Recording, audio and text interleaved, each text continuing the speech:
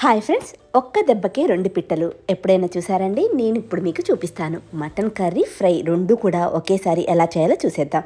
ముందుగా మటన్లో వాటర్ పోసి ఉప్పు, కారం, ఆయిల్, వెల్లుల్లిపాయలు వేసుకొని మటన్ని ఉడికించుకోవాలి.